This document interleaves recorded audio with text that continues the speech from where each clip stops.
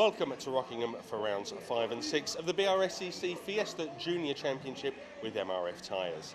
Isaac Smith leads the championship coming into this weekend's proceedings, but last time out at Cadwell Park, it was Marcus Kirklevi who dominated proceedings. It's over to our commentary team to take you through the grid for the first race. Thanks, Lloyd. This should be a very interesting encounter because the championship battle is intensifying. Magnus Kirklevi and James Waite are two race winners of the season on the front row. Nathaniel Hodgkiss and Isaac Smith on the second row from Ollie Turner and Josh Steed, with Alfie Glennie, Todd Garner and Abby Locke rounding out the grid. Now, this is Rockingham. It's wider than a lot of the other circuits at this part of the circuit in particular. So if anybody gets a banzai start, there should be plenty of space to play with on that run to the first corner. So Magnus Kirklevi on the inside line, James Waite on the outside line. Let's see who gets the best start. Away we go, and it's a non-start at all for Isaac Smith. Isaac Smith's not going anywhere. The championship leader is left on the line. That is an absolute heartbreak, as Ollie Turner's got an absolute flyer up to third position. So Ollie Turner goes from fifth to third in a heartbeat.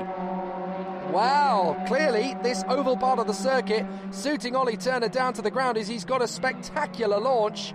And what a great start to his race as he now goes door to door with Nathaniel Hodgkiss for third position. Round the outside, Josh Steed getting into the battle there with Alfie Glennie. Alfie Glennie having a good run on the first lap here. He switched teams for this round of the championship as he now goes up the inside of Steed. 2 wheels in the air for Glennie. Goodness me. I was going to say he switched teams over to the Daniels Motorsport operation, and already he's looking a lot feistier. The back end steps out. What a good save there from Alfie Glennie, as up and over they go through the S's and up towards the left-hander. So this is a very good start to the race for Ollie Turner. The Jam Sport man is already rocking on good style here as they make their way up towards Gracelands. In through the left-hander they will go. What a sensational start to the weekend for Ollie Turner. Fifth on the grid is not where he wanted to be in qualifying, but up to third position already is very good. But James Waite, he's your leader. There he is, out in front of Magnus Kirklevi. And this is where the championship fight is really going to come from these two. A lot of people are predicting James Waite of the Jam Sport team is what I meant to get out before I garbled over my words. That's Abby Locke, still getting up to speed as a novice in the world of Fiesta Juniors. So she's obviously got to learn by doing. That's the hard route of motorsport, but most of the drivers we've had as rookies spent seasons towards the back in their first campaign, and by their second campaign they were winning races and scoring podiums. So Abby Locke's got to learn the hard way, learn by doing, but the progress she's making is great. We're on board with Josh Steed in the Mutation Motorsport car, the number 94. Goes on to the second lap of the race, and that is the battle in front of us between Ollie Turner and Nathaniel Hodgkiss. Josh Steed is trying to close in on that battle. Still got plenty of time, 10 laps to go. So this is going to be a really interesting battle. That, of course, is worked out, the laps we've got to go, by the time that we've got left. If the race leader is going to be absolutely fine and dandy in terms of his pace and time, we estimate it's going to be 11 laps. That could be subject to change, but we've calculated that on average it should take about 11 laps to do a race like this in Fiesta Juniors on such a long circuit as the Rockingham circuit, where they go through the Dean S's and up towards the left hand once again. And James Waite is definitely being caught here by Magnus Kirklevi. James Waite in the Jam Sport car, Magnus Kirklevi in the Race Consultants car. The young man from Denmark in second position, won both of the races last time out at Cadwell Park after James Waite, who was leading, ended up rolling the car. He's basically been on fight back mode ever since then, and this is a great way to get his weekend started, with a victory on the road looking very likely at the moment as he continues to charge. He doesn't want to push too hard, as through Tarzan he very nearly lost the car altogether, and that's an invitation for Magnus Kirklevi to start pushing. Meanwhile, it's still Ollie Turner in third position. Fourth place is still Nathaniel Hodgkiss.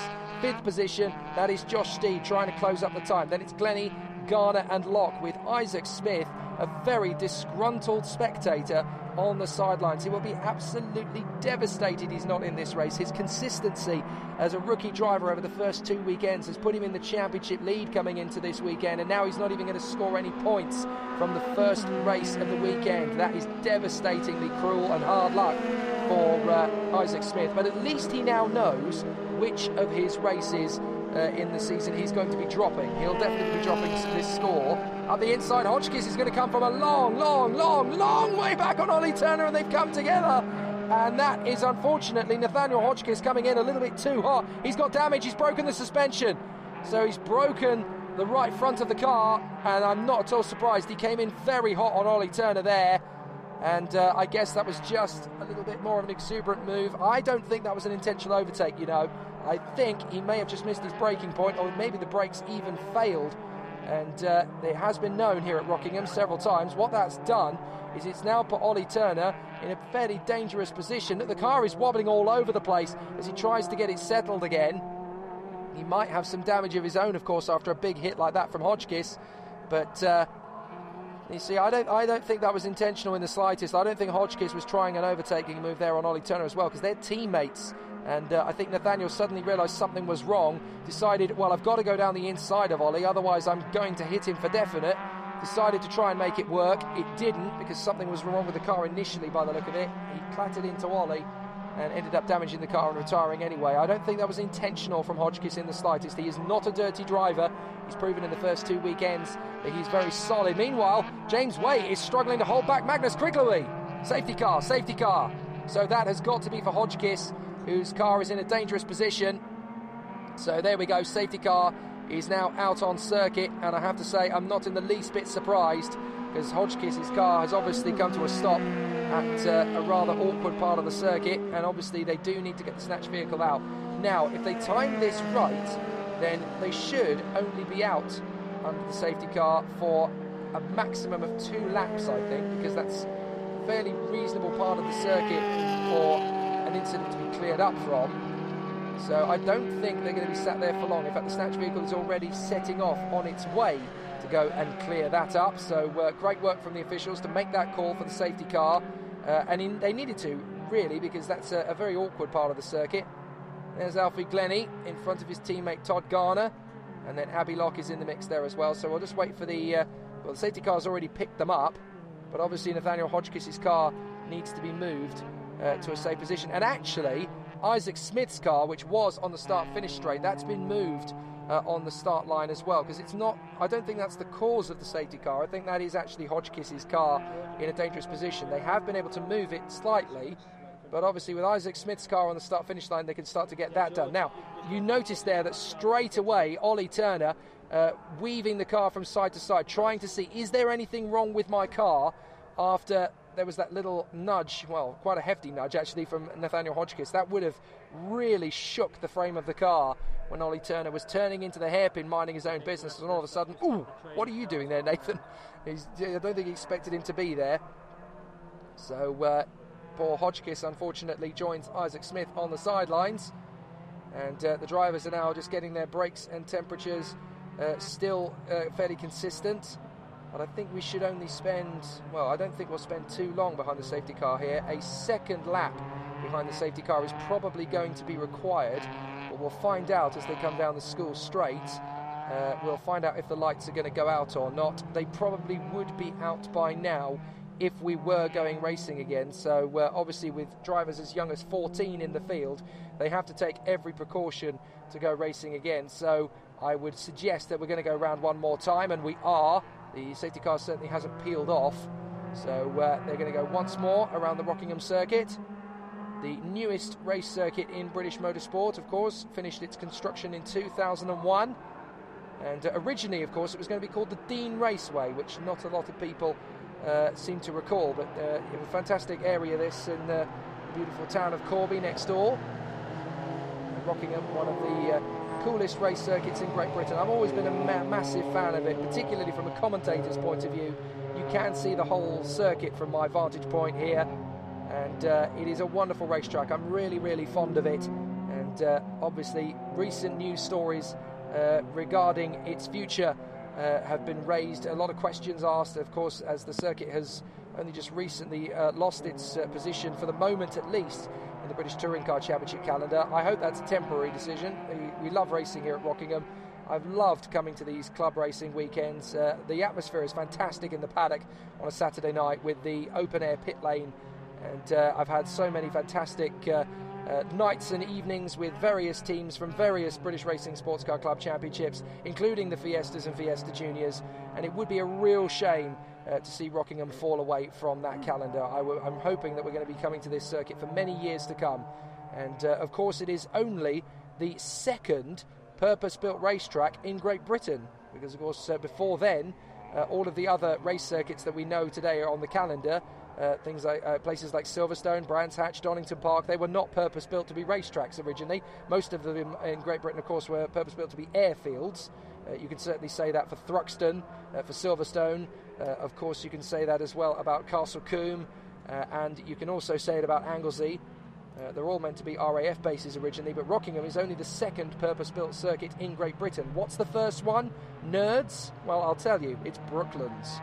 Yeah, and Brooklands, of course, died in the Second World War. Now, the lights are out on the safety car, so I can stop waffling, and the Fiesta Juniors can go racing again. Now, this is all going to be about the restart. Magnus Kricklewey is going to need to be on his A-game to judge when James Waite drops the throttle. They're all there in position. Ollie Turner and Josh Steed in third and fourth. They've got a good chance of this as well. As James Waite drops the throttle, here we go. Back up to racing speeds here at Rockingham. And this is going to be a very interesting battle. Here we go, green flag. And we're on to the 6th lap of the race here. So there are, by my mathematics, about 6 to go. So James Waite doing a grand job out in front of this race as they go through turn 1. No problems at the moment, no issues. And a very good start to the race from the Jam Sport driver. We're on board with Josh Steed in 4th position, looking at our great friend Ollie Turner as they go into the hairpin once again. Out of Dean, on the run up towards Yentwood. This is where you really start to build the throttle into Yentwood, the right-hander. It's actually a steeper climb than people give it credit for. Oh, Josh, a little bit too much curve there. And then into Chapman. Oh, Ollie Turner losing the car and managing to get the car stationary again. Goodness me. The car really travelling through the apex that time, and he was lucky, I think, to get away with that one. That could have been so much worse than it actually was. But James Waite leads the way quite comfortably here now. A couple of car lengths in it to Magnus Kricklewey. But the Dane is definitely not slowing down.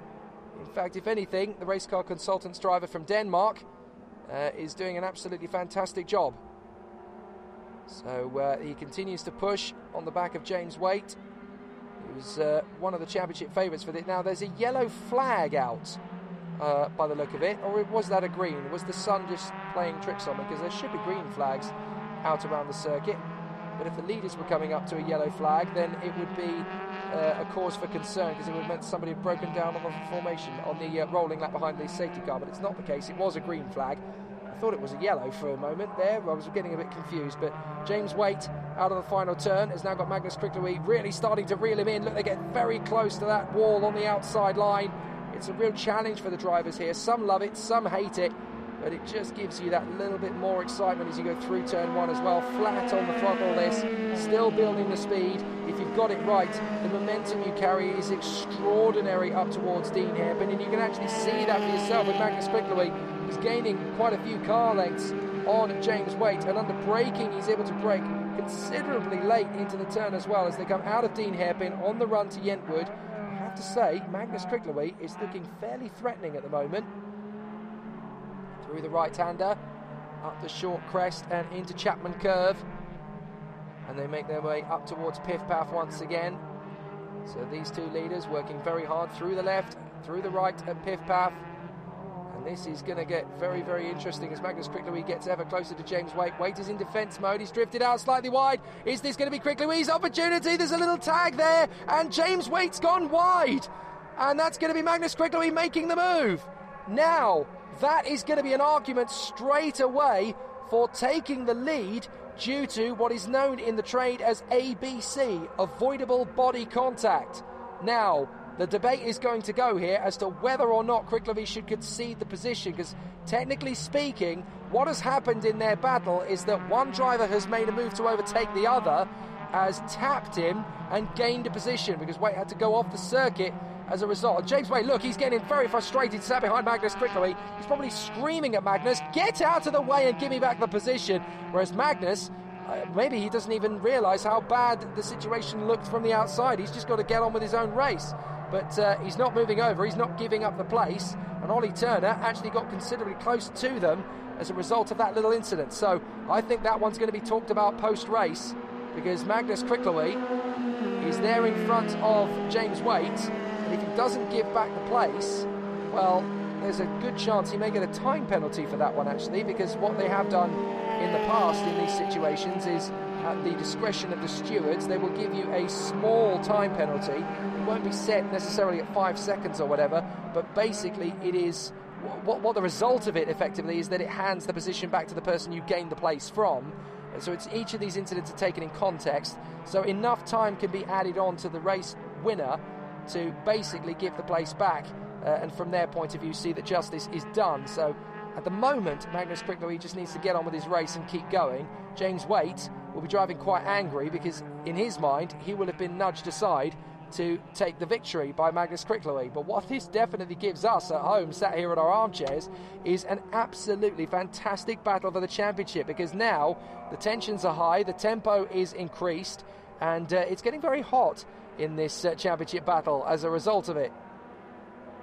So down once again to Tarzan. Oh, Ollie, careful! Goodness me, Ollie Turner in third position there, running very, very wide out of Gracelands and throwing up some Elvis Presley-style dust as he does so. Josh Steed is still there in fourth position, but Ollie Turner genuinely came close to binning it. He was able to save that one, but good car control. You see, that's what happens when you grow up in the world of short oval racing, when sideways is pretty much the only way. And Ollie Turner obviously using his car control skills to great effect there. He's one of the most developing drivers in the paddock, and everybody says it's not going to be too long before he takes his first victory in the championship. So it's always going to be a tough one. It's always going to be a hard fight, but lap 9 of 11, 3 to go at the end of this one.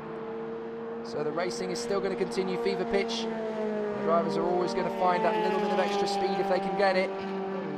So they will continue to push, they will continue to charge. And still, this man, Alfie Glennie, holds the position in front of his teammate Todd Garner. Runs wide, careful Alfie! Goodness me, you can see what happens to the car when you got on the brakes, and the car is basically bucking and boring like a Bronco. So Alfie Glennie getting away with that one, but he suddenly realised, brake, brake, brake! And kind of hit the panic button a little bit there, but well saved from Alfie Glennie. That was a heart-stopping moment, no doubt, for the team. But fortunately, it's his own teammate behind him, Todd Garner. The two drivers for the Daniels Motorsport team.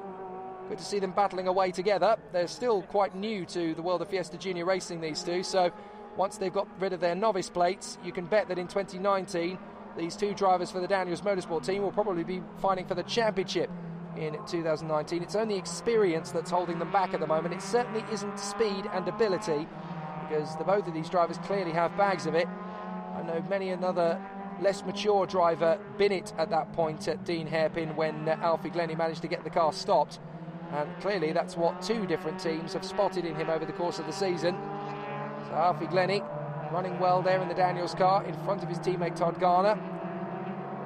And this has been a really strong and a really positive start to the weekend for these two, who are running very well together. 2 laps to go.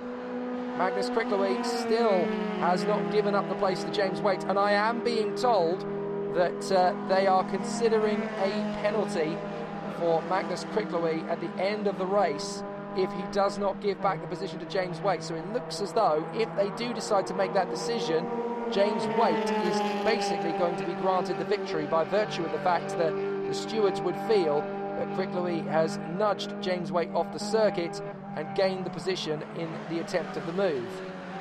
So very controversial it is, and completely understandable why they would choose to penalise Magnus Cricklewy. I'm not saying I agree with it, but it's definitely easy to see why they would make that decision given the current circumstances.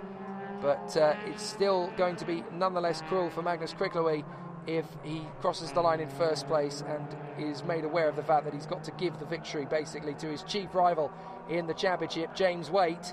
But you can bet that the battle between these two is going to get very, very close over the course of the year. And if Magnus Cricklewy does lose this first race victory, then of course he does have the second race to try and take it back off him. But James Waite has definitely been very close to him all the way through this meeting. There's not been that massive disparity between the leading two cars as we've seen in the first 2 weekends. So it's good to see that the pace is really coming to the drivers here as they continue to battle through. But this is going to be very, very close. Very tight racing indeed from these two Fiesta Junior drivers as they continue to work into the final lap. They will go this time by and this is going to be close. Now, James Waite will want to try and beat Magnus Kriglewy without even having to go into the penalties route. Kriglewy will just hope that the stewards decide to act favourably as far as he is concerned, and will want to give him the victory still. They will not want to penalise him, but I think it's definitely, from the outset, it looks like an open and shut case. If he's gained the position with avoidable body contact, as it's known, ABC, then basically you do have to concede that position or face a penalty, and he has at the moment elected not to concede the place, and I would not be surprised if he just continues on his route. But of course the stewards would have to investigate that incident between himself and James Waite very closely, and with these two drivers being the only two drivers of the season to have won races, and obviously by that token logistically fighting for the championship, I think it's one of those contexts where you do have to basically adhere to what you interpret as a clerk of the course and is laid down in the blue book of the MSA as the rules of motorsport. But anyway, that debate can be had forever and a day. Magnus Kriglewy has still been able to get himself into the lead of the race. James Waite hassling his every move. So this is going to be interesting. And we are told that Magnus Kriglewy is going to be given a time penalty. Unless, of course, I guess that decision would be overturned if he concedes the place to James Waite. But with 3 corners to go, it's looking less likely that that is going to happen. I don't think he's going to get the message in time anyway, so it looks as though Magnus Kriglewy is going to be penalised as they come across the line. So James Waite is effectively the race winner, despite Magnus Kriglewy celebrating with his team. Kriglewy is going to be given a small penalty that will drop him to second place, so it's a very unfortunate turn of events for the young Dane, but James Waite is awarded the race victory regardless. Ollie Turner in 3rd position from Josh Steed. Todd Garner and Alfie Glennie are next up from Abbey Lock in 7th place. Non-finishes, sadly, for Hodgkiss and Smith. James, tough race, and awarded the victory after the penalty on Magnus. How are you feeling? Firstly, I want to thank all my sponsors. Bobby's Tyres, new sponsor, so glad to bring him along. Also, massive thanks to Jam Sport, all the support they've given us. Fixing the car since Cadwell, it was a bit unlucky, but yeah, the race was good. We start in a good position for the next race, so it should be on for another podium. Yeah, and tough battle with Magnus all throughout the race. As I mentioned, Magnus excluded, and I think that was a justifiable decision as well. But yeah, we was in a lead for quite a while. After the safety car, there was a little bit of contact, put me wide on the grass, but yeah, the decision was made to put me in front, which I'm pretty happy with. Well done, James. We look forward to seeing you out there after race 2. Hey, thank you. Magnus, that was a tough race. Congratulations on your podium, but I'm guessing you're not feeling too happy about the overall decision. And of course I'm not happy, but it was a well-prepared car by race car consultants and my parents to get me here. Everything was okay, but it was unfortunate. And do you think you can do the same again in the second race, get a really good, hopefully get a good start? Hopefully, and then get the win. Hopefully, yeah, get a good start, and then from there on we'll see. Well, we look forward to seeing you on the podium again after race 2, and congratulations on your podium this time round. Thanks. Ollie, a fantastic start from 5th up to 3rd in the first lap. Yeah, it was a brilliant race, really happy with it. Really pleased with my start, because usually we struggle away with our starts, but this time we really cracked it and done a good job. Seems you got the car set up really well for this track.